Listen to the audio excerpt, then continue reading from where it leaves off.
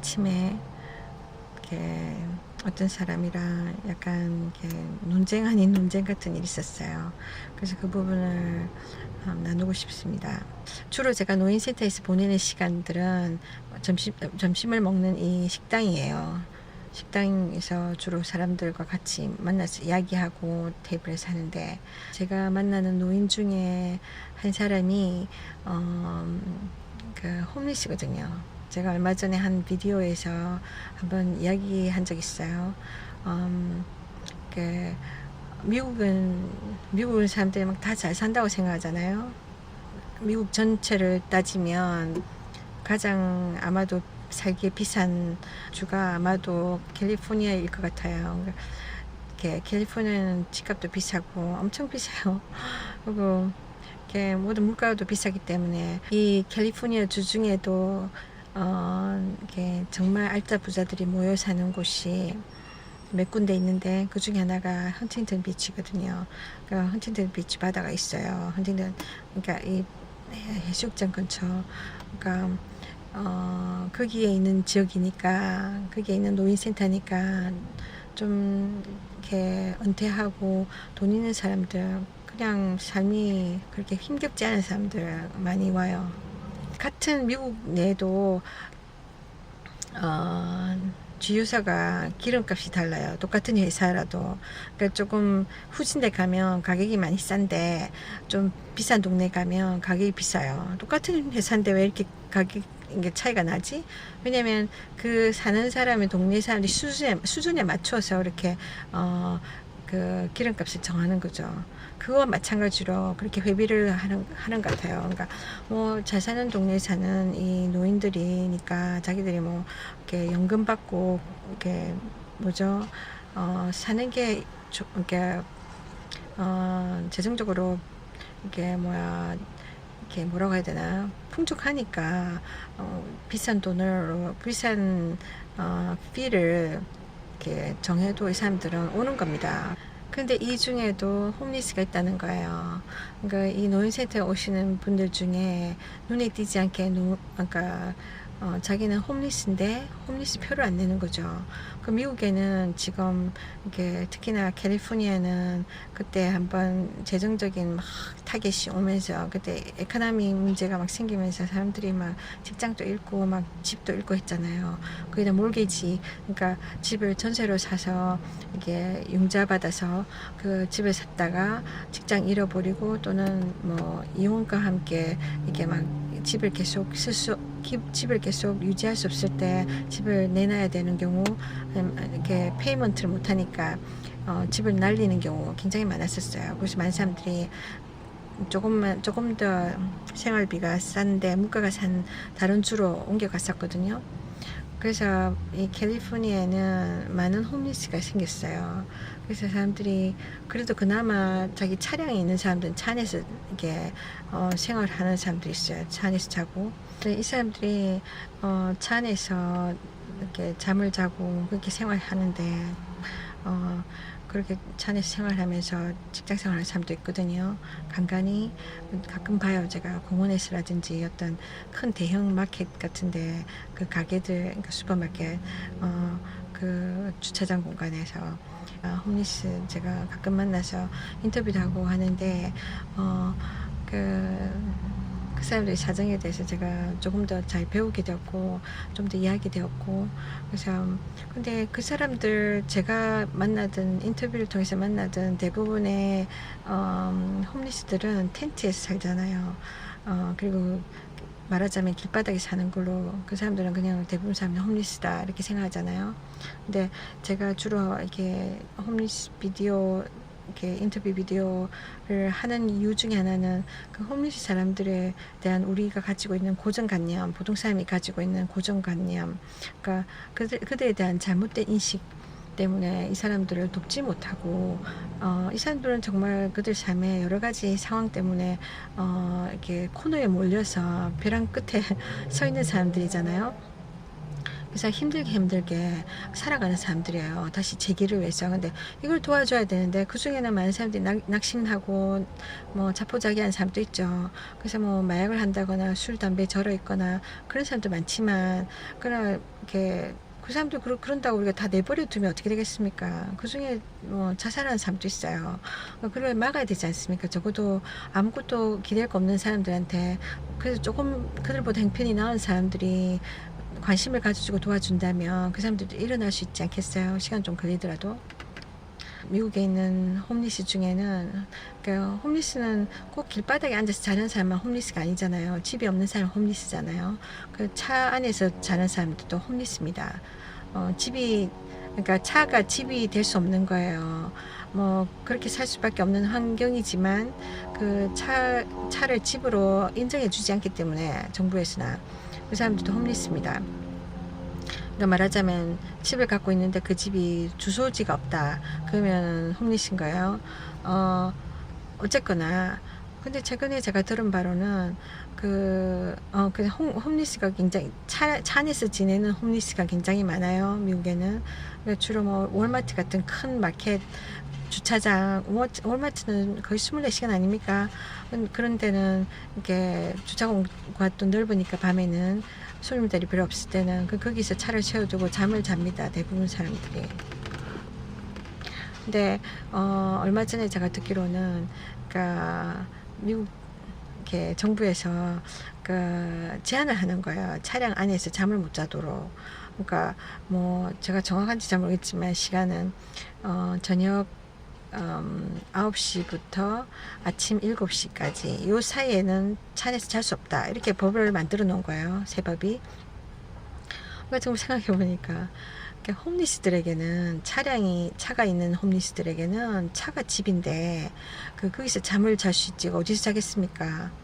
그 차 놔두고 거기서 자는 게 최선은 아니지만 그래도 그 공간에서 잠을 잘 수 있는데 그것도 시간을 딱 제한해서 못 자게 하는 거예요.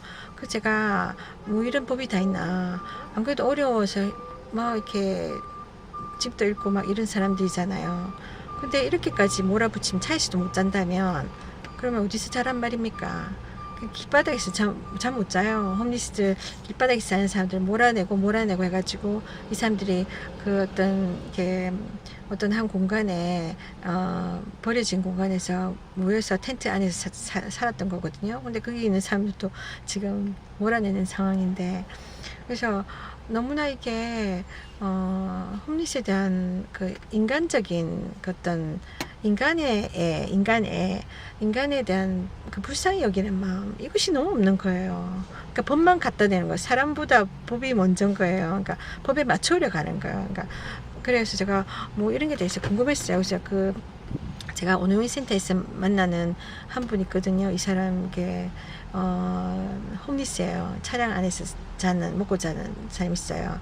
근데 절대로 그 표시 안 내는 사람, 자기가 홈리스인 것을 아무도에게 알리지 말라 이런 사람이에요.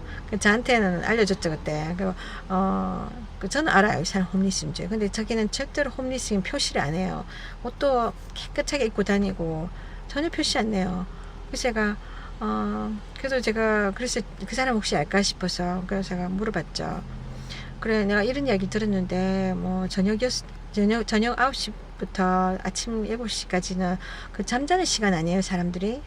자야지 숙면하고 다음 일을 할 수 있고 직장을 구하러 갈 수 있고 직장생활 할 수 있잖아요. 근데 그 시간 잠을 못 자게 하면 그래서 이런 법이 있다던데 맞나? 니는 어떻게 견디고 있느냐? 그렇게 말했는데 이 사람 말이 뭐 그거는 그 공공장소 그러니까 도서관 같은 공립시설 주차장에서 그렇게 파킹하고 잠을 못 잔다. 그럼 다른 데서는 잘 수 있다. 그러는 거예요. 그럼 다른 데는 어디냐 내가 다른 데 사람들이 자유롭게 차를 세워놓고 이렇게 잘 수 있는 곳이 어디냐. 사실 뭐 주택가는 안 되잖아요. 그러니까 공공시설 왜냐면 공공시설이면 이 사람들이 자다가 나와서 막 이렇게 건물을 부수거나 이렇게 침입하거나 뭐 훼손하거나 뭐 그걸 염려해서 그런 말 하는 거잖아요. 그러니까 자기들이 이 보호를 위해서 건물 공공시설 보호를 하기 위해서 혹시 모를 범죄 행위가 있을 수 있으니까 그걸 막기 위해서 그런다, 그런 이야기예요. 그 말은 이 홈리스들을 그냥 범죄인 취급하는 겁니다. 물론 사람들은 의심할 수 있죠. 홈리스는 이렇게 뭐 마약도 하고 뭐 도둑질도 하고 막 그런 식으로 생각하니까 다 몰아가는데, 제가 말씀드렸다시피 홈리스가 이런 홈리스만 있는 게 아니에요. 그러니까 어느 순간에 사업을 망하거나 직장을 잃거나, 그래서 이렇게 자기 이렇게 방세를 못 내거나 뭐 이걸 못 내 가지고, 이렇게 미국엔 또 특별히 이렇게 과태료 같은 게 굉장히 비싸요. 그러니까 이런 걸 못 내면 이렇게 쫓겨나는 겁니다. 차를 잃기도 하고. 그러니까 그런 상황이잖아요. 그러니까 홈리스가 그냥 우리가 생각하는 모든 이런 홈리스가 아니에요. 그냥 일반인도 홈리스가 될 수 있고, 그러니까 임시적으로 그런 걸 생각하지 않고 홈리스는 다 이렇게 범죄자다 이렇게 생각하는 사고방식에서 나온 거예요. 그러니까 이 사람들 어느 순간에 어려움을 겪고 지금 재정적으로 불안정한 상태에서 지금 막 그날 살아가야 되고, 거기서 정말 재기하려고 애를 쓰는 그런 어려움에 처한 사람으로 바라보지 않고, 그러니까 그 사람들에게 가장 최소한도의 도움, 그러니까 자기 차에서 잘 수 있는 그 권리, 자유까지 박탈해 가는 겁니다. 그러니까 있을지 없을지 모르는 그런 어떤 막연한 그런 염려와 우려로 인해서. 그래서 그러면 이 사람이 공공기관에서 이렇게 주차해서 잘 수 없다면, 그러면 주택가에서는 잘 수 있느냐? 안 되죠. 주택가에서는 더 안 되잖아요. 개인적인 재산, 자기 집에 그 사람들이 침투하고 이게 그 사람들에게 상해를 입힐 수 있거나 피해를 줄 수 있으니까. 그러니까 이렇게 뭐랄까, 공공기관 또 그러니까 이런 가게들 같은 이게 개인주택가에 이렇게 차를 세울 수도 없는 거예요. 그죠? 그러면은 차를 둘 데가 없고, 차를 홈리스가 마음 편하게 자기 차 안에서 잘 수 있는 공간은 딱 정해진 게 없다는 거예요. 이 사람 말로는 내가 어디서 자냐, 그 사람들은. 잠을 자야 사람이 잠은, 수면은 기본적인 건데 인간의 기본 욕구 아니에요. 그걸 잠을 자지 않으면 어떻게 생활이 이루어져요. 그죠? 제가 그러니까 이 사람 말은 그 사람도 뭐 부시, 그러니까 말하자면 뭐 이렇게 작은 나무들 있잖아요. 그러니까 뭐 흐드러지게 이렇게 뭐 숲을 진 곳에 거기 숨어서 거기서 파킹하고 자면 된다. 마치 남의 이야기 하듯이 하더라고요. 자기도 홈리스면서 자기 그런 상황을 어려움을 겪을 거 아니에요. 이렇게 법이 이렇게 뭐랄까 너무나 스트릭하게 엄격하게 돼 있으면 자기도 매일매일 어디다 차를 세워야 될까, 그게 고민되는 현실적인 문제입니다. 근데 마치 남의 이야기 하듯이 하더라고요. 그리고 막 마치 정부의 이런 방침이 당연한 것이고, 그러니까 말하자면 있는 자 없는 자의 차이 있잖아요. 그러니까 홈리스들의 입장, 없는 자의 입장이 아니라 있는 자의 입장. 그러니까 있는 자들은 집을 가진 사람들이고 이렇게 이런 거 고민, 어디 가서 자야 되는지, 어디가 차를 세워야 되는지 고민이 없는 사람들. 이 사람들이 봤을 때는 홈리스가 범법자고 이렇게 우범을 일으킬 수 있는 사람이고, 그러니까 이 사람들 입장에서는 이 사람들이 가까이 오면 안 되는 거죠. 그러니까 이 사람들이 어떻게든 법으로든 이 사람들을 멀리 내보내려고 그렇게 하는 거잖아요. 그래서 그런 식으로 이야기하더라고요. 그래서 제가 좀 들었을 때 납득이 가지 않았어요. 그래서 제가 니도 홈리스잖아. 근데 마치 아닌 것처럼 이야기하냐고. 제가 그 사람이 계속, 사실은 이 사람과 제가 지난번에도 논쟁한 적 있었어요. 좋은 의미에서 저는 이야기했고, 저는 홈리스가 아니지만 홈리스 입장을 이해하는 입장에서 제가 홈리스를 서포트하는 입장에서, 그러니까 저 홈리스가 다 잘한다는 이야기 아니에요. 그 사람들은 문제가 많죠. 왜냐면 이 사람들은 세상에서 잘 적응하지 못하고 있는 상태잖아요. 재정적인 어려움 때문에 자포자기한 사람들이 많거든요. 그래, 그 중에는 정말 재기하려고 몸부림치는 사람들도 있고, 또 그 중에는 막 질병으로 인해서 막 이렇게 질병에 제대로 도움을 받지 못하고 그야말로 이렇게 낙심하고 사는 사람들이 많아요. 가족도 없고 혼자서. 자기는 홈리스가 아니라고 이렇게 부정하는 거예요. 자기 자신은 홈리스면서도. 그러니까 나는 레벨이 다르다는 거지. 나는 저 사람도 달라. 뭐라고 이야기하냐면, 그 홈리스들은 도와줄 필요가 없어. 홈리스 다 마약 중독자고, 막 이래 범법자고, 막 그렇게 이야기하는 거예요. 그래서 제가, 그러면 이건 이렇게 스테레오타입, 그러니까 고정관념이 아닌가. 제가 그렇게 얘기했어요. 그거는 잘못된 고정관념이야. 사람들을 그러니까 한쪽 방면에서 딱 바라보는 거. 그죠? 그건 잘못된 거예요. 그게 얼마나 우리에게 다친 마음이고 다친 사고방식이고 다른 사람들로 하여금 기회를 주지 않고 다른 사람들에게 오히려 막 이렇게 뭐라고 할까요? 막 정죄하고 다른 사람들을 막 이게 어려움을 빠뜨리는 거예요. 제가 이야기했죠. 네가 미국인이잖아. 그러니까 외국 사람들이 봤을 때는 다 미국 사람들은 부자인 줄 알잖아요. 이렇게 미국 사람들에 대한 우리의 기본적인 어떤 이미지가 있잖아요. 그러니까 미국 사람들은 다 잘 살고 다 있잖아요. 선진국 사람들이고 그러니까 다 좋게 산다고 생각해요. 근데 사실 저를 통해서 저희 비디오를 통해서 보시지 않습니까? 텐트에 살고 있는 홈리스들이 많다는 거예요. 그것도 정부에서 이 사람들이 막 미국은 막 이렇게 선진국이니까 복지국가니까 물론 한국과 비교해서 여기는 오면은 막 사람들이 막 다 이렇게 인권이 보장될 것 같고 그렇게 생각하잖아요. 근데 그렇지 않아요. 근데 저도 참 깜짝 놀랐습니다. 이 홈리스 가까이 하면서 제가 너무 놀랐어요. 제 미국에 대한 고정관념들이 엄청 깨졌어요. 특히나 캘리포니아 같이 잘 사는 시에서 특히나 이 동네 이게 특히나 제가 이 그 홈리스들 텐트 홈리스들이 살고 있는 그 오렌지 카운티는 진짜로 부자들이 사는 곳인데 그냥 부자들이 한 푼 두 푼 모아서 그냥 좋은 일 한다 생각하고 복지를 위해서요 자기 어떤 그 주변 환경에 그 어려운 사람한테 자기들이 떼어내는 돈이 작은 돈도 큰 돈이 될 수 있지 않습니까? 그 돈을 줄 수 있는데 오히려 돕는 대신에 이 사람들을 이렇게 함부로 취급하고 저는 좀 너무 놀랐습니다. 근데 이게 사실입니다. 이 현실을 사람들이 알아야 돼요. 환상이 깨어져야 돼요. 근데 그 사람들이 보통 갖고 있는 환상 중에 하나가 고정관념입니다.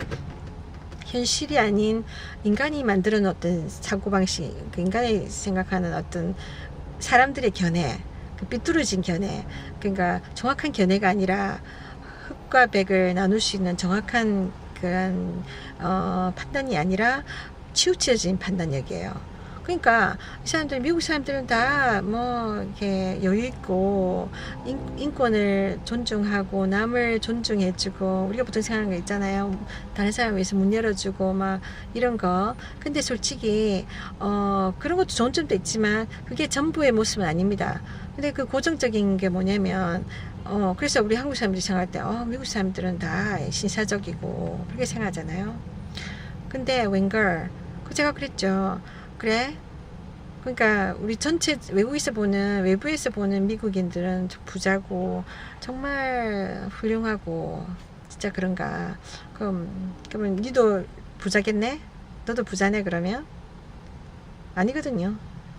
그죠? 모든 미국인이 그렇지 않아요. 그리고 그럼 그런 것처럼 맞잖아. 미국에도 거지 많잖아. 제가 그랬어요. 그처럼 이렇게 홈리스가 다 마약쟁이고 다 범죄자들이고 그러면 너도 그러면 범죄자네. 너도 마약하는 사람이냐? 아니잖아요. 그 사람도 홈리스거든요. 아니잖아. 그랬어요. 근데 이야기가 계속 안 좋게 막 흘러갔어요. 그래서 우리가 이렇게 태각태각 하는 중에 저는 그렇게 이야기하고 싶었거든요. 저는 싸우려고 한 게 아니라 이 사람이 갈수록 뭐라고 할까 정말 이 사람이 이렇게 교회를 다니는 사람이었어요. 근데 지금은 저한테 몇 번 그런 이야기 했어요. 하나님 계시지 않다. 뭐라지 하나님 있으면 왜 나에게 이렇게 어려움을 주는가? 왜 내가 아직까지 잘 안 풀리고 자꾸만 어려움을 겪는가? 하나님 계시면 나를 축복해야 되는데 솔직히 하나님 계세요. 내가 어려움 당한다고 해서 하나님 없는 게 아니에요. 내가 눈에 안 보인다고 해서 하나님이 안 계신 게 아니에요. 하나님께서는 솔직히 우리에게 하나님 뜻대로, 하나님 선하신 뜻대로 여러 가지 일들을 허락하시거든요. 그러니까 뭐 어떤 사람들은 성경을 읽지도 않고 하나님을 믿어요. 그러니까 성경에 하나님의 뜻이 딱 나와 있는데 하나님에 대해서 알지도 못하고 우리는 하나님을 믿는다 하거든요. 얼마나 어불성설입니까? 그러니까 내가 차에 대해서 모르면서 차를 운전하는 거예요. 그러니까 물론 제가 말하는 거는 이 차 전체 내가 어떻게 고쳐야 되고 이걸 몰라도 돼요. 근데 적어도 기본적인 거, 차를 어떻게 하면 움직이게 할 수 있는지, 차를 갈 수 있도록 운전하고 기름을 넣고 이런 거 있잖아요. 그걸 알 때 내가 차를 이렇게 사용하는 것처럼, 내가 지금 어떤 사람이 지금 오토바이를 지금 시동 걸고 있는데, 냄새. 오토바이를 어떻게 시동 끄는지도 모르고 어떻게 이게 사용할지 모르면서 오토바이를 쓸 수 없는 거잖아요. 우리가 하나님이 어떤 분인지 모르고 하나님 믿는다 할 수 없는 거예요. 그거는 종교입니다. 종교생활. 이 하나님 특별히 살아계신 분이에요. 제가 말한 오토바이나 차는 물건이지만, 참네. 저 오토바이 아저씨 제 앞에서 계속 달달달 끓이더니 그 매연 다 마시네요. by the way, 어쨌든 간에 그래서 제가 어디까지 해야겠죠? 하나님은, 이 하나님, 성경에서 말하는 이 하나님, 창조자 하나님은 살아계신 하나님이에요. 그러니까 이 하나님은 인간이 만드는 어떤 물건이 아니에요. 물건도 사실은 우리가 쓰기 전에 안내서가 있잖아요. 안내서를 통해서 읽어보고 어떻게 사용하는지를 알고 우리가 쓰는 거잖아요. 억지로 쓰서는 안 되는 거예요. 억지로 쓰다가 막 부서뜨리거나 뭐 어떻게 사용할지 몰라서 무용지물이 될 수 있잖아요. 근데 하나님은 살아계신 하나님이에요. 이 하나님이 이 세상에 유일한 신은 나다. 너가 나를 성경을 통해서 알라. 그 성경을 통해서 하나님이 우리에게 하나님이 어떤 분인지를 정보를 주시는 겁니다. 그리고 어떻게 하나님을 우리가 그 관계를 맺으시는지, 또 우리는 어떤 존재인지, 우리 하나님으로부터 왔다 그러시거든요. 우리 하나님이 우리를 만드셨어요. 세상 모든 만물은, 이렇게 물건들은 만드는 존재가 있어요. 스스로 있는 게 아니에요. 사람이 만들었어요. 제작자가 있어요. 그럼 우리 인간도 만든 누군가 있지 않겠어요? 성경에서 하나님이, 그분은 하나님이시란 거예요. 하나님 창조주가 만드셨대요. 이 세상 만물, 사람의 손으로 만들지 않은 것들은 다 하나님 만드신 거예요. 그 나무나 산이나 바다나 이 모든 거, 땅이나 짐승이나 모든 거 하나님 만드신 거예요. 하나님이 창조자입니다. 그 하나님께서 우리가 왜 만들어졌고 우리는 죽어서 어디로 가며 우리의 인생이 목적이 뭔지, 또 하나님이 어떤 존재인지, 하나님 어떻게 섬겨야 되는지, 뭐 그런 걸 모든 걸 이렇게 정보를 가르쳐 주세요. 성경을 통해서. 하나님이 우리를 만드신 이유를 아시고 우리에게 우리 인생에서 고난은 당연한 것이다. 그리고 하나님이 우리에게 때때로 시련을 주실 때는 이유가 있다고 하셨어요. 그걸 우리를 괴롭히려는 것이 아니라 우리로 하여금 하나님의 뜻을 배우고 우리에게 인내심을 가르쳐 주시고, 또 여러 가지 우리 내적인 사람이 성장할 수 있도록 또 그런 선한 뜻이 있어야만은. 예를 들면 저 같은 경우에 제가 많은 시련들을 겪었어요. 지금 또 어려운 시간을 보내고 있는 중에 있지만, 그러니까 이런 제가 모든 게 이렇게 편안할 때는 느끼지 못했던 거, 그러니까 내가 어려움을 겪음으로 인해서 정말 그 어려움을 겪는 사람들의 마음을 이해하게 되고 그 사람들의 상황들을 이해하게 돼요. 그러면서 이렇게 내 문제만 바라보던 것이 다른 사람들을 바라보시는 그 마음의 여유가 생기고, 그런 마음이 인간적인 그 인간애가 생기는 거예요. 그래서 제가 그 홈리스도 돌아볼 수 있게 되었던 거고. 그런데 그래서 시련은, 인간적인 고뇌는 항상 나쁜 것이 아닙니다. 하나님 우리 괴롭히려고 주시는 것이 아니에요.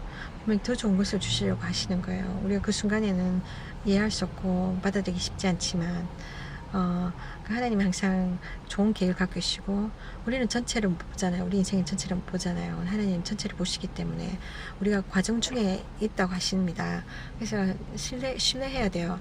어쨌든 간에 그래서 이 친구가, 이 홈리스 그 할아버지가 자기의 어려움이 있는 것을 통해서 하나님 없다고 생각한 거예요. 그러니까 세상 성경을 읽지 않는 많은 믿는 자들 중에는 굉장히 종교생활하는 사람이 많습니다. 그러니까 종교생활하는 사람들이 이중인격자가 되기 쉬워요. 모순적이고 위선자가 되기 쉬워요. 왜냐하면 성경이 이렇게 가르쳐줬는데 나는 그 성경을 아예 읽지도 않고 자기 뜻대로 사는 거잖아요. 그러면 세상 사람들은 너 믿는 사람이라면서 근데 너는 사는 거 우리하고 똑같네. 우리처럼 죄를 짓고 우리처럼 나쁜 짓 하고 사기치고. 그러니까 이 사람들이 많은 사람들이 다른 사람들로 하여금 하나님이 계시지 않다고 생각하게 만들어 버리는 거예요. 그러니까 하나님은 믿는 자들을 통해서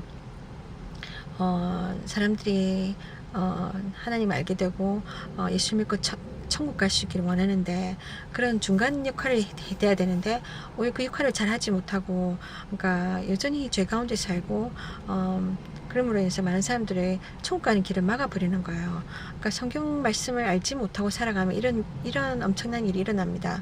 성경을 읽어도 자기가 자기 고집을 부리고 순종하지 않고 하나님 말씀대로 살지 않고 자기가 고집 부리면 똑같은 일이 일어나죠.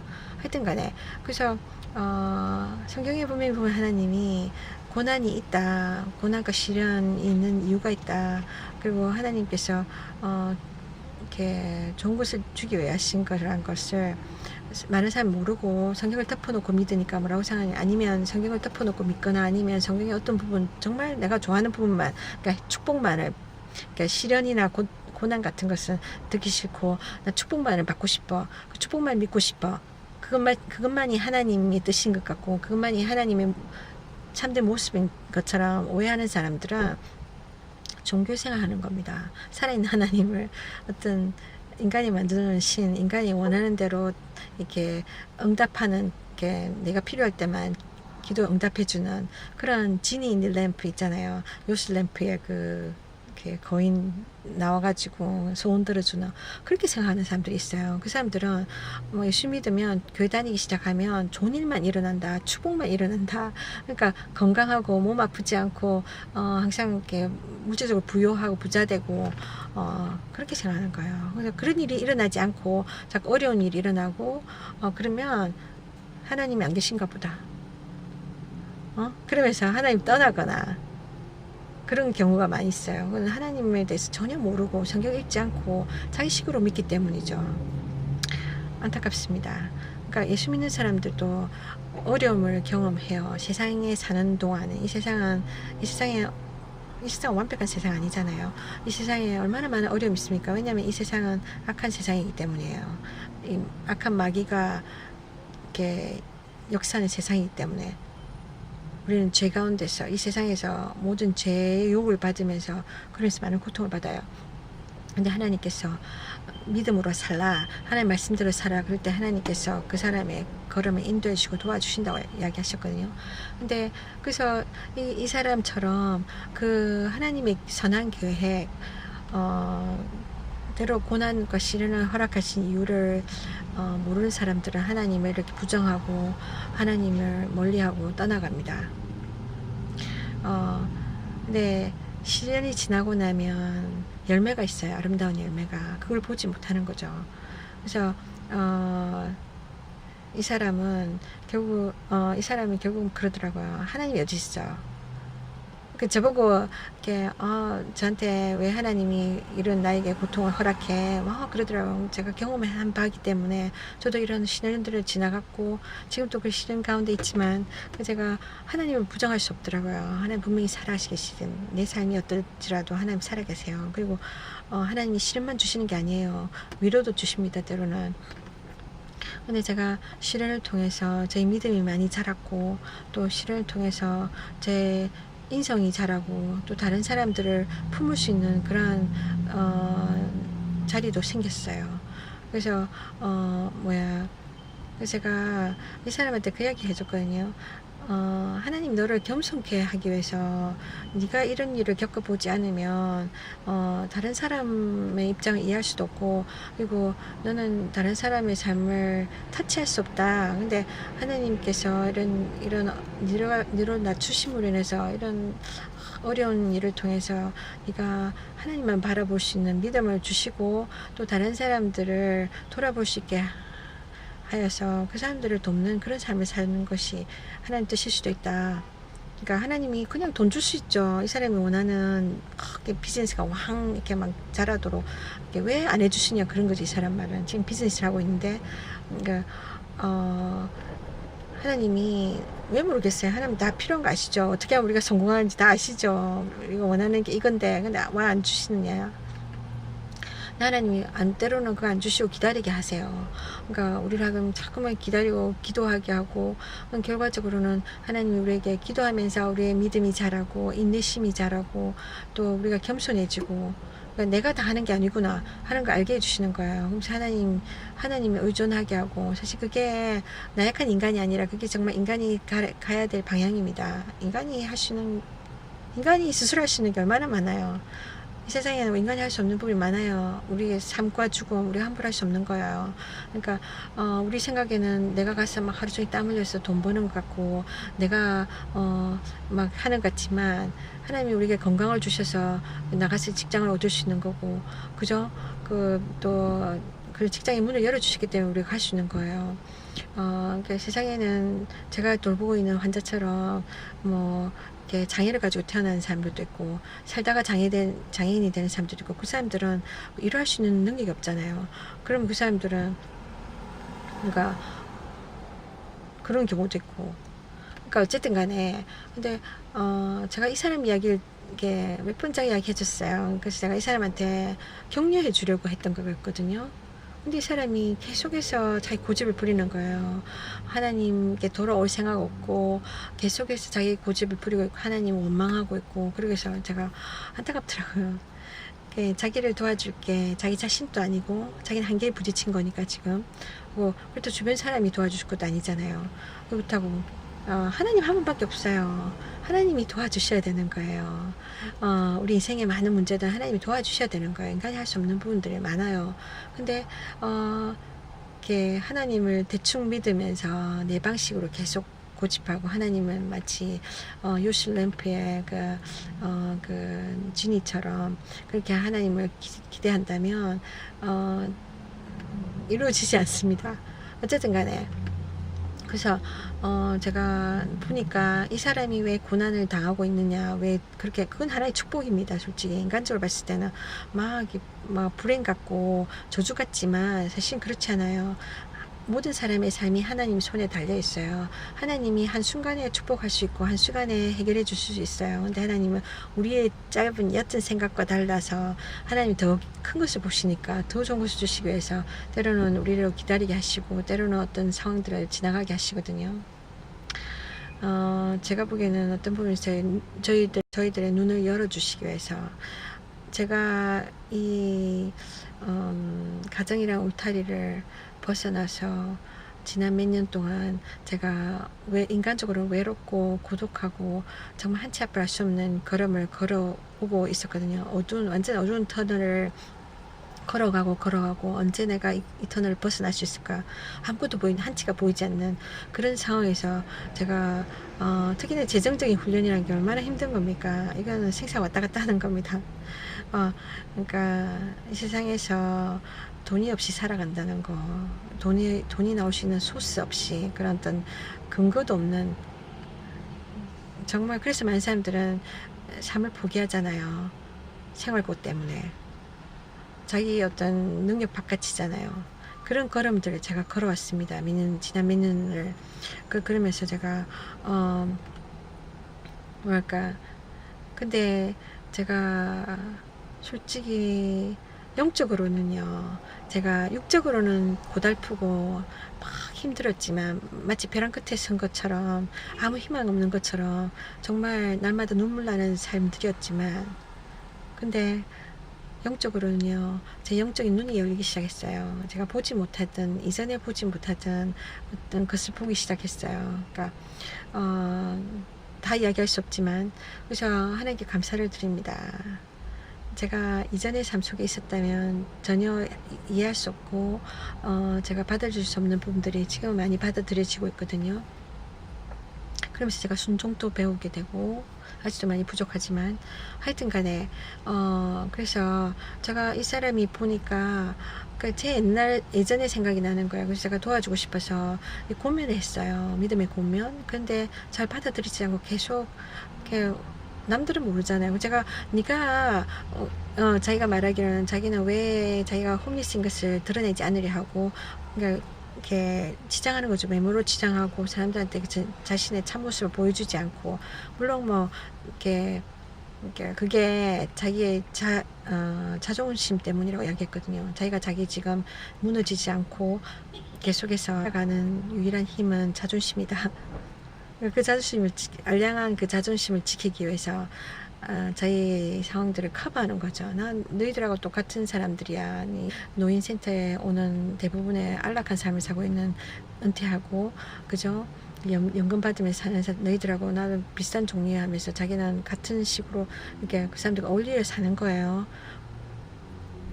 밤마다 비좁은 차 안에서, 더운 차 안에서 잠을 잘지언정 자기도 홈리스면서 그것을 인정하지 않고 부정하고, 자기는 이렇게 정말 뭐라고 할까, 참 이렇게 하이 클래스라고 생각하는 사람들이 있습니다. 제가 알기로는 그러니까 그 사람하고 또 한 사람이 있거든요. 그 노인센터에 오는 한 사람이 있는데 그 사람도 좀 비슷한 부류입니다. 저희가 홈리스면서 차 안에 산다는 거 알거든요. 근데 그거를 이렇게 뭐라고 할까? 그러니까 자기 프라이드가 있는 사람, 자존심이 강한 사람. 그래서 자기가 홈리스가 아니라고 생각하는 거예요. 그리고 제가 언젠가 그냥 이렇게 격려하는 말로 이렇게 축복했음에도 불구하고 이 사람이 저에 대해서 이렇게 어떤 적대감을 가지고 있어서 저하고는 잘 앉지도 않고, 이렇게 뭐랄까, 이렇게 우연히 앉았다 그러면 이렇게 자리를 뜹니다. 눈에 띌 정도로. 이게 그래서 뭐랄까, 자기가, 그러니까 제가 그래서 그 사람한테 네가 그 교회에다가 알리면 교회에서 정말 도와주지 않겠느냐. 때로는 우리가 도움을 받을 수도 있어야 됩니다. 다른 사람한테. 저도 솔직히 처음에 다른 사람한테 도움 받는 거 쉽지 않았거든요. 참 훈련이 필요했습니다. 하나님께서 훈련을 시키셨어요. 그러니까 우리가 자존심 때문에 필요해도 도와줘 뭐 그렇게 잘 안 되지 않습니까? 누가 뭘 주면 그걸 막 기쁘고 감사하게 받으면 되는데, 그 받는 것도 좀 막 쭈삣쭈삣하고 막 힘들지 않습니까? 그 대부분은 자존심 때문이거든요. 근데 그런 자존심을 많이 꺾어주셨어요, 저에게. 우리가 이렇게 줄 때도 겸손하게 줄 수 있어야 되고, 나를 나타내지 않고, 또한 받을 때도 정말 받을 때도 감사히 받을 수 있는 그런 이렇게 겸손함이 필요합니다. 제가 언젠가 이렇게 병원에서 큰 수술을 받을 때, 그때쯤 제가 스스로 어떻게 할 수 없는 게 도움이 필요할 때가 있었어요. 제가 혼자서 이국 땅에서 이렇게 수술에 들어가게 됐고, 또 항암 치료를 가게 됐고, 이랬을 때 항암 치료 정말 힘든 겁니다.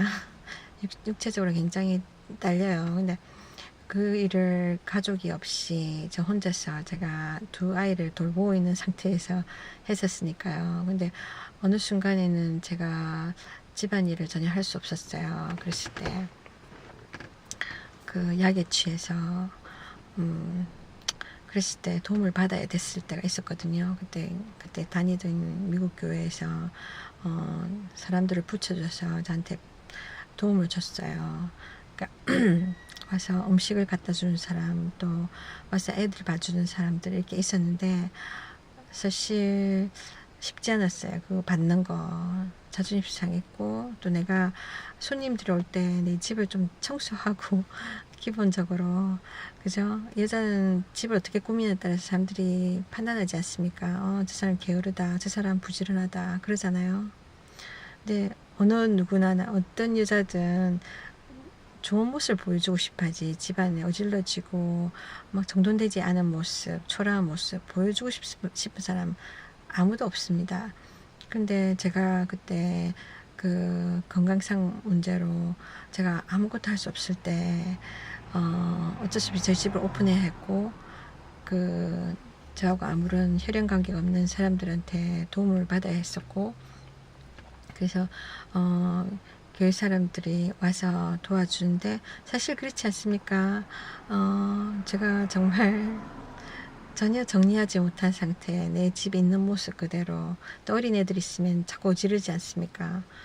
그런 상태에 외부 사람 들어오게 하고, 그래서 그럴 때 제가 솔직히 자존심 상했습니다. 하고 쉽지 않았어요, 받아들이는 게. 근데 교회에서 사람들이 사실 와주는 건 고마웠어요. 그 사람들이 그렇게 할 수 있는 거는 사실상 예수님 때문에 하는 거잖아요. 하나님 사랑하기 때문에 그들이 전혀 모르는 저에게 시간을 투자하고 물질을 투자하고 자기 노력을 나눠주는 거니까 그분은 감사했어요. 근데 모든 교회 다니는 사람들이 신앙적인 성숙도가 그렇게 큰 것은 아니거든요. 어떤 사람은 아주 그냥 이렇게 교회 나가지 속 사람이 그렇게 변화되지 않은 사람들, 다른 사람들을 그냥 판단합니다. 쉽게 판단하고 외적인 모습으로 그리고 또 와서 이렇게 쉽게 그 사람에게 막 자기 사정을 모르면서 막 이렇게 충고를 하려고 합니다. 그럴 때는 상처를 주는 거예요. 도움이 되기보다는 그 사람에게 상처를 줍니다. 그래서 참 조심해야 돼요. 근데 제가 그런 상황에서 도움을 받아야 되는 입장에서 도움을 줄 때 어떤 사람 보내주세요. 고를 수 없잖아요. 다 받아들여야 되는 입장이고. 받아들일 때 쉽지 않았었어요. 어떤 사람은 올 때 그런 어떤 뭔가 저를 낮추어 보는 듯한, 그리고 어떤 그런 느낌들을 받았었고, 근데 제가 그때 예민해서 그렇게 받을 수도 있고, 어쨌든 간에 쉽지 않았는데 받아들이기에. 근데 그들 중에는 성숙하지 못한 사람들이 있었기 때문에 도움을 줄 때에 뭐랄까 아주 인간적인 방법으로 줬었기 때문에 좀 제가 마음이 상하면서 억지로 받아야 할 때도 있었어요. 근데 그런 것들은 제가 참 이렇게 좀 뭐랄까 이렇게까지 해야 되나 했었지만, 제가 그런 중에 하나님께서 저에게 그 병중에 저에게 그 책을 한 권을 주셨어요. 어떤 사람 통해서 책을 선물해 줬는데 90 Minutes in Heaven 해가 천국에서의 90분이란 책이 있어요. 미국의 목사 신분이었던 사람인데, 이 사람이 날마다 천국에 대해서 가르치고 성경을 가르치는 사람이었잖아요. 근데 이 사람이 차 사고를 만나서 완전히 죽음을 경험해요. 그래서 90분간을 90분간 숨을 쉬지 않고 결국 그러니까 뭐라고 합니까? 코마 상태로 들어갔는데, 그래서 그 사람이 그 동안에 어디 갔다냐면 천국을 경험하고 돌아온 거예요. 근데 그 사람이 그때 그 경험을 적은 책인데, 천국에 갔다가 돌아온 이후로 의식이 돌아왔을 때는 몸의 모든 것이 부서져 있는 거예요. 그래가지고 병원에서 오랜 시간을 보내야 했습니다, 이 사람이. 그래서 그때 정말 인간의 그 연약함, 제한을 느꼈고, 그런 와중에 사람들의 도움을 받아야 했었어요. 저하고 비슷하게 교회에서 도움을 받아야 했는데 이 사람이 굉장히 자존심이 강한 사람이었어요. 그래서 항상 사람들이 뭐 줄까, 뭐 도와줄까, 뭐 이렇게 하면 항상 이 사람이 하는 말은 No thank you, 괜찮아요, 이거였거든요. 그러면서 항상 거부했어요. 거절하고. 이게 사실 미국 사람 그런 사람 많습니다. 무조건 거절합니다. 그러니까 주는 사람 입장에서는 서운하죠. 근데 제가 왜냐하면 대부분 우리가 자존심 때문에 그랬는데 이 사람이 자존심을 깨트리는 그 계기가 있었어요. 하나님께서 그에게 뭐라고 가르쳐 줬냐면 하나님이 사람들을 쓰신다는 거예요. 그러니까 사람들을 그 사람의 시간이든 물질이든 그 사람 재능이든 그러니까 줌을 통해서 그것을 받으면 하나님께서 준 사람을 축복하시고 나는 그 사람을 그 친절을 베푸는 걸 받음으로 인해서 이렇게 그 사람이 나를 축복하게 하고 또 하나님이 또 그 사람을 축복해 주시는 과정을 통해서 하나님이 축복 흘러 보낸다는 거예요. 근데 내가 자꾸만 괜찮아요, 괜찮아요, 필요 없어요 하고 이렇게 딱 거절하면 그 사람이 나를 축복할 수 있는 기회를 막는 것이 되고 또한 그 사람의 그 선한 행위를 통해서 하나님이 그 사람에게 축복을 대신 갚아줄 수 있는데 그러한 기회를 막아버리는 거라고 이야기하더라고요. 그때 이후 제가 굉장히 그 책을 통해서 막게 은혜를 받았었거든요. 아, 정말 그렇구나.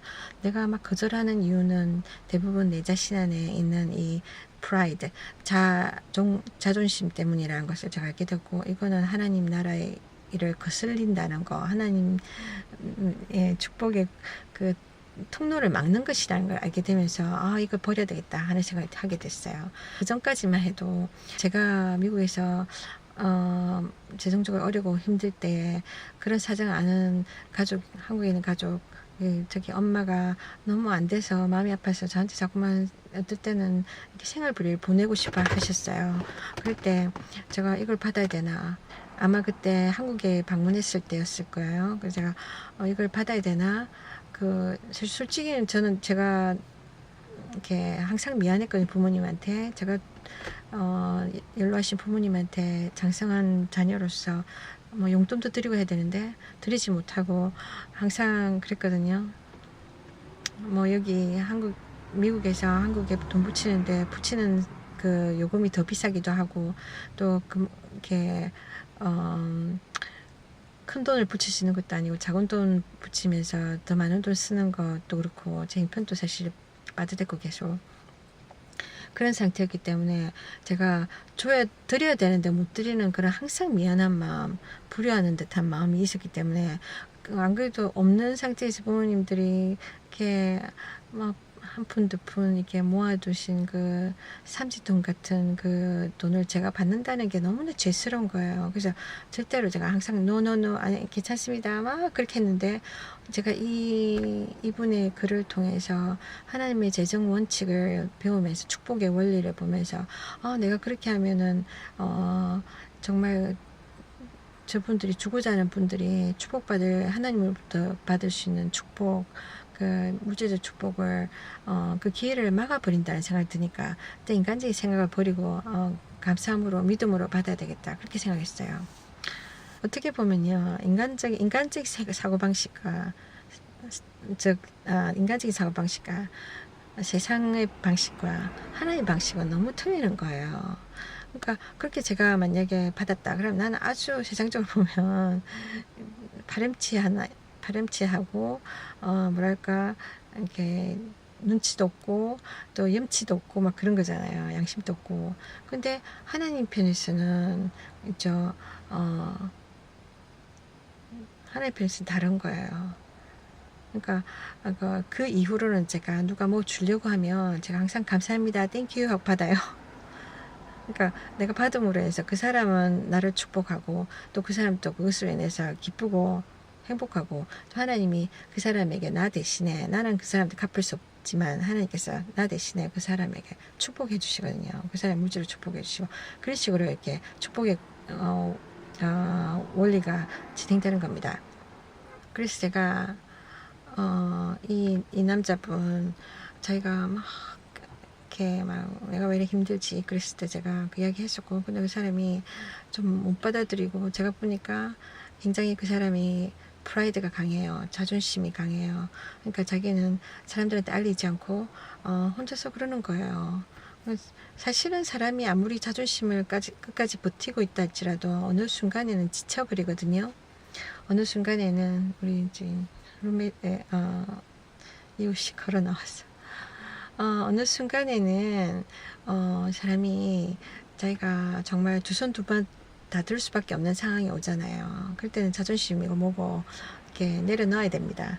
근데 제가 볼 때는 이 사람은 돈이 아무것도 없다지만 있는 것 같아요. 있으니까 계속 저렇게 버티고 있는 거고, 근데 이렇게 하나님께서 저 사람을 그런 어떤 높아진 마음들을 낮추시기 위해서 허락하신 것 같아요. 오늘은 제가 솔직하게 말했습니다.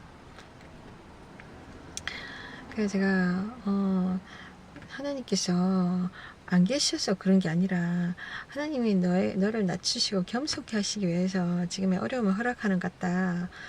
그래서 제가 그걸 좀 알면 좋겠다. 그러니까 나도 내가 이렇게 정말 이렇게 재정적으로 어렵고 밑바닥에 왔을 때 정말 겸손함을 배우게 됐다. 그러니까 나 말고 다른 사람들의 어려움도 이해하게 되고, 그래서 내가 홈리스도 챙기게 되고 이렇게 되지 않느냐. 제가 그렇게 이야기했죠. 그래서 근데 이 사람이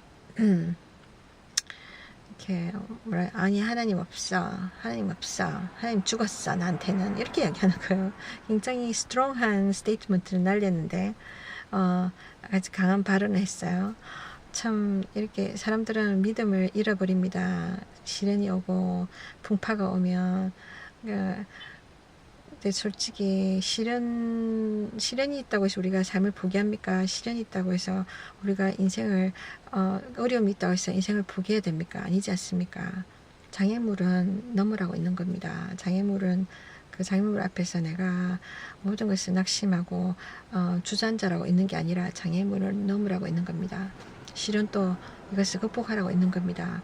극복한 뒤에 정말 빛나는 아름다운 결과가 있는 거 아니겠습니까? 시련 없이 성공한다는 것은, 그 성공은 언젠가는 사람으로 하여금 파멸하게 하고 쉽게 넘어지게 합니다. 근데 정말 많은 실패가 있고 좌절이 있은 뒤에 그 성공은 오래 빛나는 것이고 의미 있는 것이 아닐까요? 어쨌든 간에 그래서 이렇게 이야기를 주고받는 동안에 그 같은 그쪽 테이블, 그 남자가 앉는 테이블, 제가 앉는 테이블 아니고 거기에 몇몇 사람이 앉아 있었는데 그 중에 한 여자분, 항상 조용한 분이 있어요. 그러니까 제가 인쇄도 잘 안 받아주고 굉장히 좀 저한테는 좀 살살한 사람이 있어요. 이 사람이 다른 사람들하고 이야기 잘 하는데 저건 이야기 잘 안 해요. 저 마치 저를 외면하고 막 그래요. 제가 인사하고 칭찬도 좀 했거든요. 칭찬도 오늘 옷 예쁘게 입으셨네요. 머리 스타일 저는 모자 예쁘네요. 막 해도 별 반응이 없어요. 그래서 저 사람이 왜 저럴까 그런 생각하고 있어요. 지금도 잘 몰라요. 왜 저 사람이 저한테 그런지 모르겠지만 그런 사람이 있지 않습니까? 그러니까 제가 가끔 어떤 분들한테 이렇게 예수님을 전해요. 예수님 당신 사랑하십니다. 예수님께 천국 가세요. 사실상 축복의 말이잖아요. 저주의 말 아니잖아요. 그런데 딱 그게 이렇게 거부감을 가진 사람들은 저를 완전히 이렇게 제깁니다. 그런 사람이 몇 명 있어요. 그게 이 사람은 굉장히 목소리가 작아요. 굉장히 조용조용하게 이야기해요. 말하자면 어떤 그 조선시대 여인들처럼 이렇게 말을 이렇게 굉장히 그래서 너무 조용하고, 근데 이렇게 조용조용 젠틀하게도 참 이렇게 뭐랄까 가시 돋친 말을 할 수 있다는 거 아세요? 인간이 참 요상한 존재입니다. 하나님은 알면 알수록 더 정말 흠모할 존재인데, 인간은 알면 알수록 가까이 가면 갈수록 더 실망을 주고 먼지가 나는 것 같습니다. 그렇지 않습니까? 그러니까 사람을 너무 집중하지 마십시오. 사람을 그 사람 그 자체 이상으로 바라보지 마십시오. 그걸 단어로 말하자면 우상인데요. 아시잖아요. 아메리칸 아이돌, 미국 우상, 또 한국에서는 이렇게 아이돌 뭐라고 하죠? 이렇게 뭐그 10대, 20대들 젊은 애들 유명인들 있지 않습니까? 걔네들을 막 따라하고 싶어하고 그거 우상입니다. 인간이 우상이 된다는 거는 정말 정말 하나님 편에서는 우리가 참 죄를 많이 짓는 거예요. 근데 사람이 사람을 집중하면 나중에 크게 실망합니다. 아픔을 겪습니다. 부끄러움을 당합니다. 우리가 악망하고 우리가 흠모하고 올려다볼 존재는 하나님 한 분밖에 없습니다. 인간은요, 나보다 조금 잘났고 조금 나을지 모르지만 똑같이 죄성이 있는 존재예요. 흙으로 지어진 존재들이에요. 그래서 50보, 100보, 소백보 맞나요? 이게 뭐라고 할까? 아무리 비교해봤자 똑같습니다. 실망을 줘요. 인간은 완벽하지 못하기 때문에 어느 누구에게 만족을 줄 수 없고 실망을 줄 수밖에 없습니다. 그래서 조용한 말로 저는 그 사람이 하나님 믿는 사람인지 잘 몰랐어요. 아마도 제가 늘 그렇게 하거든요. 저는 사람들 만나면 하나님 당신 사랑하십니다. 예수 믿고 천국 가세요. 그렇게 이야기하거든요. 그러면 어떤 사람들은 감사합니다. 땡큐 하고 웃어주거나 어떤 사람은 탁 얼굴색이 싹 변해요. 그래가지고 저를 상대도 안 합니다. 그런 사람이 몇 명 있는데 그 중에 한 사람 같아요. 왜 저 사람이 나에 대해서 비쳤지? 제가 잘 모르지만 그랬는데 어제 거기 피아노 그랜드 피아노가 하나 있거든요. 그 노인센터에 로비에. 그래서 거기서 가끔 피아노 치는 사람이 있어요. 이 사람이 피아노를 굉장히 시끄럽게 치는 사람이 있는데 그날따라 세상 노래가 아닌 찬송가를 막 치더라고요. 그래서 몇몇 사람이 붙어서 노래를 부르더라고요. 저도 부르고 싶었어요. 지나가다가 내 아는 노래 있으면 같이 불렀어요. 가만 들으니까 목소리가 굉장히 성가대 쓰는 사람 같이 목소리가 구슬 같은 목소리가 나요. 그래서 제가 놀랬죠. 당신 교회 다니는 사람이야? 이런 생각 마음이 들었어요. 말은 직접 못하고 제가 마음속으로 이 사람 교회 다니는 사람인가 보다. 그렇지 않고선 많은 찬송가 책에 나오는 많은 오래된 찬송가를 알 수가 없거든요. 그래서 제가 그냥 집착을 했어요. 교회 다니는 사람이구나. 그런데 왜 같은 교회 다니는 사람인 저를 이렇게 좋아하지 않을까? 예수 믿는 사람들 중에는 자기 스타일 보수적으로 고집하는 사람이 있기 때문에 그럴 수도 있어요. 나는 너처럼 튀고 싶지 않아. 이렇게 드러내면서 그렇게 믿어야 돼. 그런 식으로 다른 사람 방해해야 돼. 이런 사람 있어요. 꼭 니만 믿는 사람이냐? 믿으려면 네 마음속으로 믿지. 왜 그렇게 드러내니? 근데요, 솔직히 영 믿으면 믿는 표시를 놔야 되지 않습니까? 성경엔 이렇게 행함이 없는 믿음은 죽은 믿음이라 했거든요. 우리가 사랑도 말로서 되어지는 것이 아니라 행위로 나타날 때, 행함과 매치될 때 정말 저 사람이 사랑하는구나 알 수 있는 거잖아요. 말로는 누가 못해요. 그래서 하나님이 뭐라고 얘기하시냐면 네 믿음을 보여라. 그러니까 네가 믿으면 이렇게 믿는 것을 전하라 하시거든요. 전도하라 하시거든요. 하나님 방법에 왜 다른 종교는 안 그러는데 꼭 예수 믿는 것들은 기독교는 항상 전도를 하냔 말이야. 다른 사람 방해하고 나 믿고 있는 거 있는데 왜 자꾸만 자기들 거 믿으라 하냐고. 그거 방해하는 거 아니냐. 그게 간섭하는 거 아니냐. 그렇게 생각하잖아요. 근데 왜 그럴까요? 그건 하나님 뜻이기 때문이에요. 하나님이 성경에 전도하라고 하신 거예요. 때를 어떤지 못 어떤지 전하라고 하시는 거예요. 왜냐하면 이 복음 영어로 하면 굿뉴스인데 예수에 대한 성경에 있는 예수에 대한 이 복음은 그러니까 사람이 죽으면 땡이 아니라 천국과 지옥이 있는데 사람은 다 지옥길을 가고 있다고 말씀하시거든요. 우리 하나님 그 죄로 인해서 끊어짐으로부터 그 죄로 인해서 우리가 죄값을 나중에 이 세상이 아니라 나중에 죄값을 치른다고 하시거든요. 영원토록. 그래서 하나님이 우리에게 그 죄를 용서해 주시고 예수님을 통해서 죄값을 이게 영원히 치르지 않도록 이 땅에서 용서해 주시고 그리고 천국 갈 수 있는 길을 열어주신 거예요. 그거를 모르면 갈 수 없잖아요. 그거를 가르쳐 주라고 하신 거예요. 전도란 게. 그래서 우리가 그걸 전하는 겁니다. 근데 어떤 교인들은 성경을 제대로 이해하지 못하고 자기식으로 해석해서 그것을 부정하는 거예요. 나만 잘 믿고 다른 사람 난 존중해. 사실은 존중한다는 말이 뭐냐면 그래 너 다른 거 믿지 너 예수 안 믿어도 돼 착하게 살면 돼 네 기준으로 그러니까 그래 나는 너를 괴롭히지 않을 거야 내 믿는 걸로 내가 믿는 거 이것을 전하지 않고 그냥 너 사는 대로 너 그냥 우리 그냥 친하게 지내자 그러면서 존중이라는 이름 그 사람은 존중한다는 이름으로 그 사람이 지옥 가도록 버려두는 겁니다. 그러니까 사실 무서운 거예요. 자기 기준으로 하나님의 뜻을 제한하고 하나님의 뜻을 거역하는 거죠. 근데 그 사람은 정말 자기 신앙, 개인적인 신앙으로 천국 갈 수 있을까요? 의문입니다, 그거. 하나님 뭐라고 하시냐면, 하나님 뜻대로 하는 자, 하나님 말씀에 순종하는 자, 물론 기본적으로 예수를 믿어야 되겠죠. 예수를 통해서 우리가 죄 용서를 받으니까, 죄가 없는 사람이 천국 가는 거잖아요. 그 하나님 뜻대로 사는 자 천국 간다고 하셨어요. 불순종한 사람 못 가는데, 내가 뭐 교회는 다니는데 그래서 기도는 하는데 하나님의 말씀 하나님은 나만 천국 가는 걸 요구하는 게 아니라 원하시는 게 아니라 다른 사람도 천국 가기 원하시는데 모르면 어떻게 가요? 근데 그 사람에게 좀 그 사실을 전달해 줄 수 있겠니? 저 사람들도 천국에 초대를 받았는데 그 사실을 좀 알게 해줄 수 있겠니? 그 부탁하셨는데 그것을 거절하고 불순종하는 거기 때문에 어떻게 천국 갈 수 있겠습니까? 그죠? 근데 그렇게 자기식으로 뭐랄까 참 엘레강스하게 고상하게 믿으려 하는 사람이 많습니다.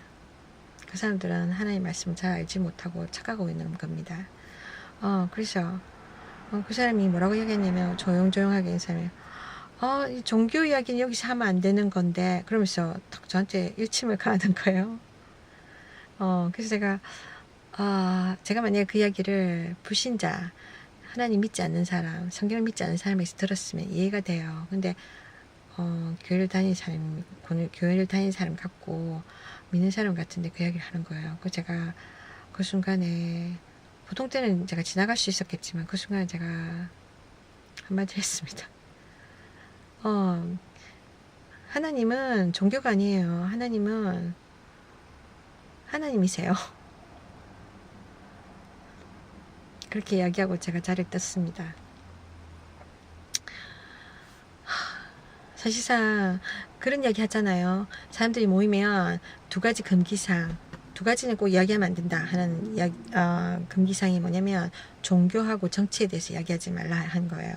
이 두 가지는 이야기하다 보면 논쟁이 되고 의견이 대립되고 하니까 다투게 된다고 이거는 말하면 안 된다. 여기서도 마찬가지거든요. 제가 그 이야기 많이 들었어요. 미국에서 무슨 이야기 듣는 사람이랑 누구 이야기하다 제가 전도하면 딱 와가지고 여기서는 종교 이야기 하면 안 됩니다. 종교 이야기 하지 마세요. 막 그래요. 그럼 이 점심 먹는 테이블에서 대부분의 노인센터에 미국의 노인센터 할아버지 할머니들은 무슨 이야기 하냐면 이 두 가지를 합니다. 이 두 가지 제일 많이 합니다. 그죠? 오늘 트럼프가 어떻니 저떻니 막 정치 이야기 막 해요. 그러면 침튀기 가면서 이야기해요. 종교 이야기도 막 합니다. 그러니까 하지 마라 하지만 그게 가장 큰 토픽들이에요. 그러니까 그런 걸 이야기합니다. 근데 제가 그 얼마 전에 저희 회사에서 어떤 행사가 있었어요. 그래서 그 큰 행사였거든요. 그 회사에서 로고를 바꾸면서 그거를 갖다가 발표하는 그런 행사가 있었는데 그래서 그 회사의 CEO들 그죠 리더되는 탑 리더되는 사람들 오고 막 이렇게 우리도 환자들 데리고 막 이런 직원들 다 갔어요. 갔는데 제가 그때 이렇게 휠체어를 이렇게 밀고 있었으니까 그게 자갈밭이었거든요. 진짜 힘들었어요. 돌아가는데 야외에서 모이면데 그때 어떤 사람들이 오는데 말쑥한 옷을 입은 사람도 있었어요. 그래서 제가 항상 하듯이 제가 축복했거든요. 예수님 당신 사랑하십니다. 이렇게 하나님 당신 사랑하십니다. 예수님 그 천국 가세요. 그렇게 간단하게 제가 던졌어요. 그런데 하필이면 이 사람들이 CEO였어요. 그리고 근데 그냥 예 알겠습니다 땡큐 하고 지나가면 되는데 이 사람들이 특별히 그때 인도 사람 같은 느낌이 들었거든요. 인도 사람 아마 크리스천 아니었을 거고 아마 힌두나 되겠죠. 그래서 이 사람들이 그걸 갖다가 안 좋게 봤어요. 그 저를 탁 긁고 넘으시는 거예요. 그러면서 좀 표정이 이렇게 좀 안 좋게 가더라고요. 제가 내가 말 실수했나? 그래서 그러고 난 뒤에 그 행사 그 사람들하고 헤어지자마자 바로 그 스테파니 오드리 저한테 경고를 하는 거예요.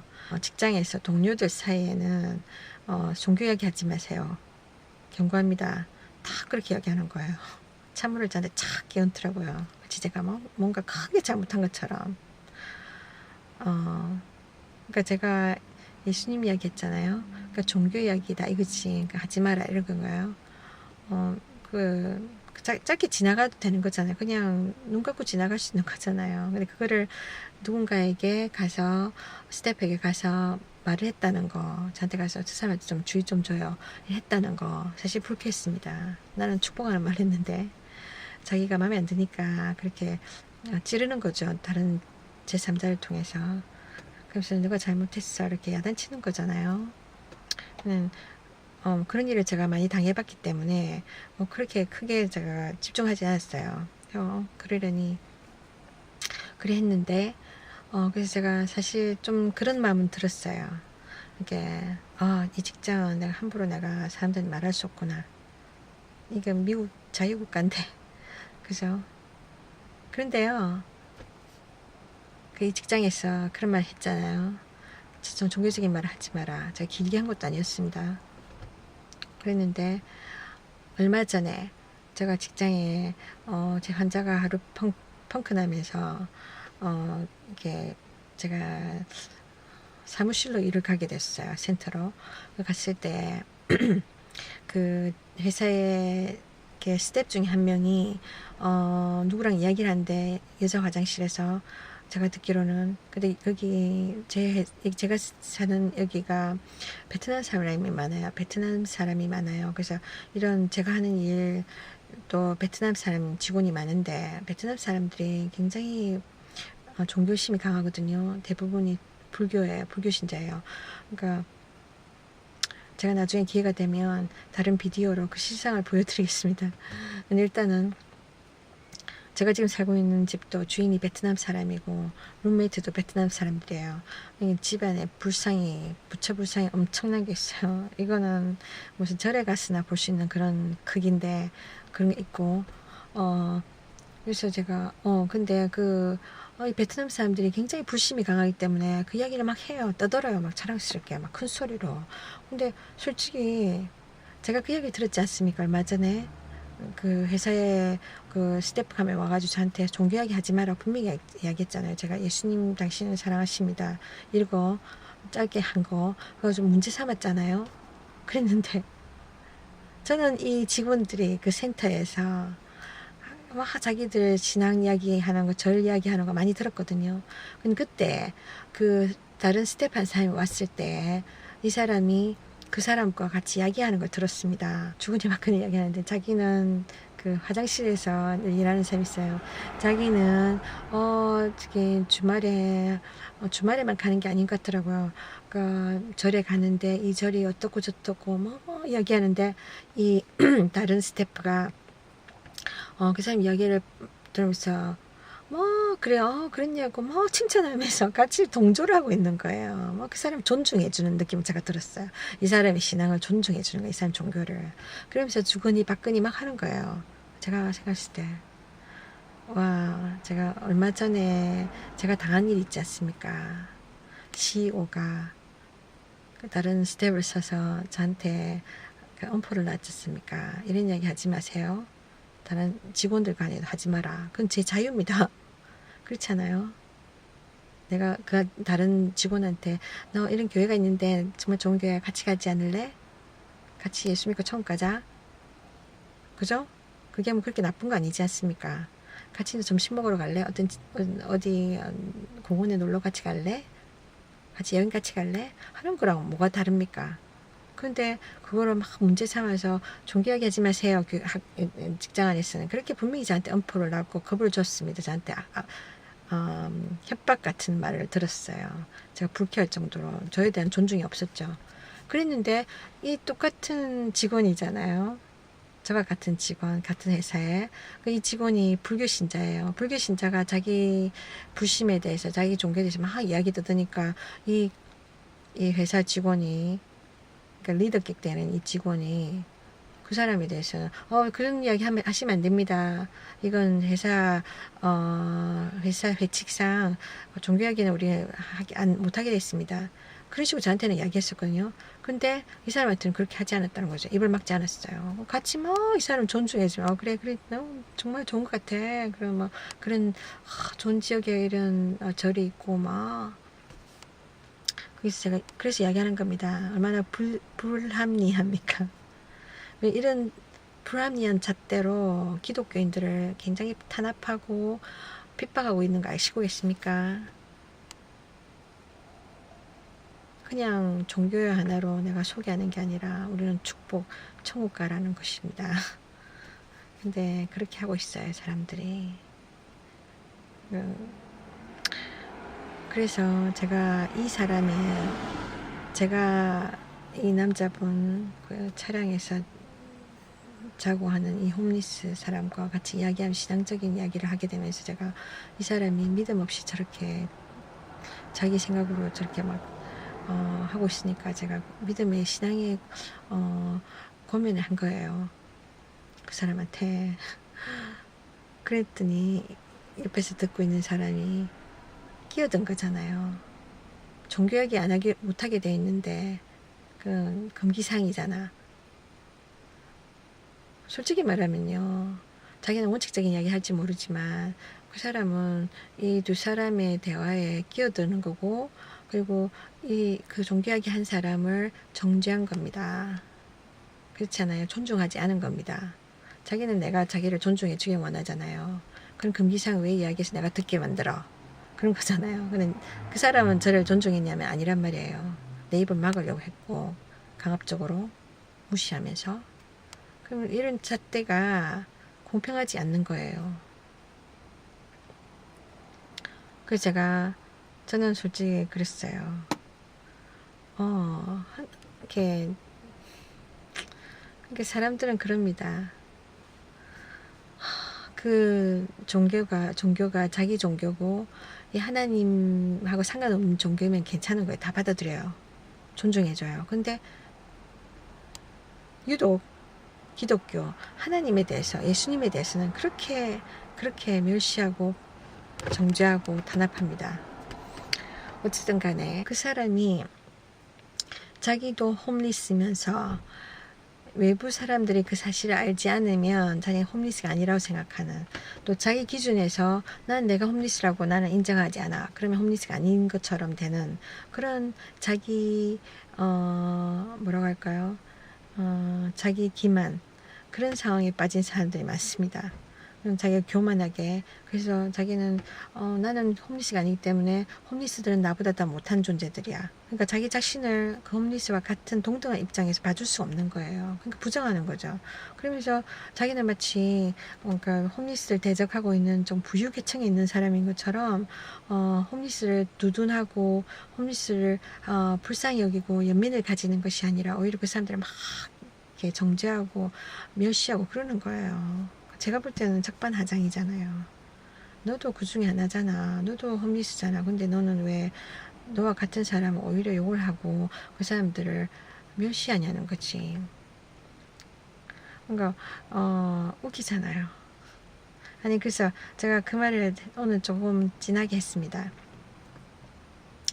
그러니까 제가 네가 지금 이렇게 아무것도 가진 것이 없이 밑바닥에 상황에서 이 어려움 속에서 이렇게 겸손함을 배우지 못하고 거기서 다른 사람들의 입장을 네가 이해하지 못하면 네가 어떻게 다른 사람을 도울 수 있으며 또 네가 지금도 이렇게 그 사람들을 막 이렇게 비하하는데 네가 이런 어려움 겪지 않고 정말 계속 성공적으로 살면 어떻게 그 사람들을 네가 존중하고 도울 수 있느냐.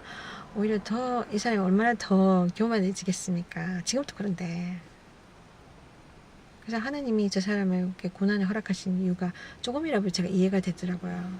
근데 본인은 그것을 거부하죠. 그래서 배우려 하지 않죠. 카메라에 카드가 다 끝났어요. 더 이상 공간이 없어요. 그래서 일단 제가 전화기 네, 셀폰에 있는 카메라로 지금 마무리를 하려고 합니다. 그래서 문제는 뭐냐면 우리 사람 마음이 참으로 스스로는 겸손해질 수가 없어요. 우리는 기본적으로 우리 안에 이 높은 마음이 있어요. 교만한 마음이 있어요. 그래서 때로는 우리 자신이 정말 그 자신의 참모습을 보지 못하고 정말 이게 뭐라 할까 높아진 마음으로 살아갑니다. 그래서 그것이 하나님으로부터 또 우리에게 도움을 주시고 싶어 하는데 우리가 그것을 거절하기도 하고요.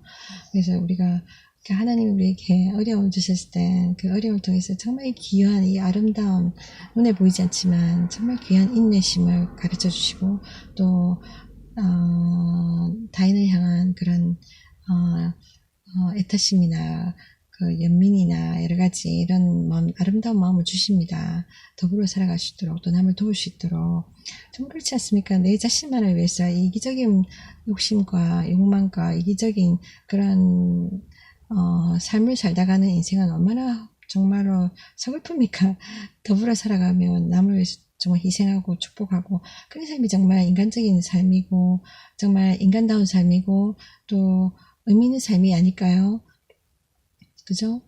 하나님이 우리에게 이런 상황들을 허락하실 때 우리가 정말 겸손해질 수밖에 없고 정말 낮아지게 하실 때는 낮아져야 됩니다. 그럼으로 해서 우리가 이런 아름다운 눈에 보이지 않지만 우리 내면적인 그런 아름다운 성품들이나 그런 성품들이 만들어지는 겁니다. 그래서 정말 더 의미 있는 삶을 살 수 있게 돼요. 하나님 뜻대로 살게 돼요. 그래서 그런 부분을 나누고 싶었습니다. 정말 그 고정관념들을 버리고, 그러니까 나에게 어려움이 있다면 그 어려움을 통한 하나님 뜻이 무엇일까 한번 알아보시고 그 안에서 정말 그 의미를 잘 이해한다면 그런 그 고난이 그냥 의미 없는 고난이 아니라 정말 복된 고난이 될 줄 믿습니다. 그 고난을 이겨나왔을 때 나는 뭔가 배운 것이 있게 되고 또 거기에 따른 아름다운 열매 있는 삶을 살 수 있으리라 믿습니다. 그래서 고난의 문제에만 집중하지 마시고 그 배후에 하나님의 뜻이 무엇일까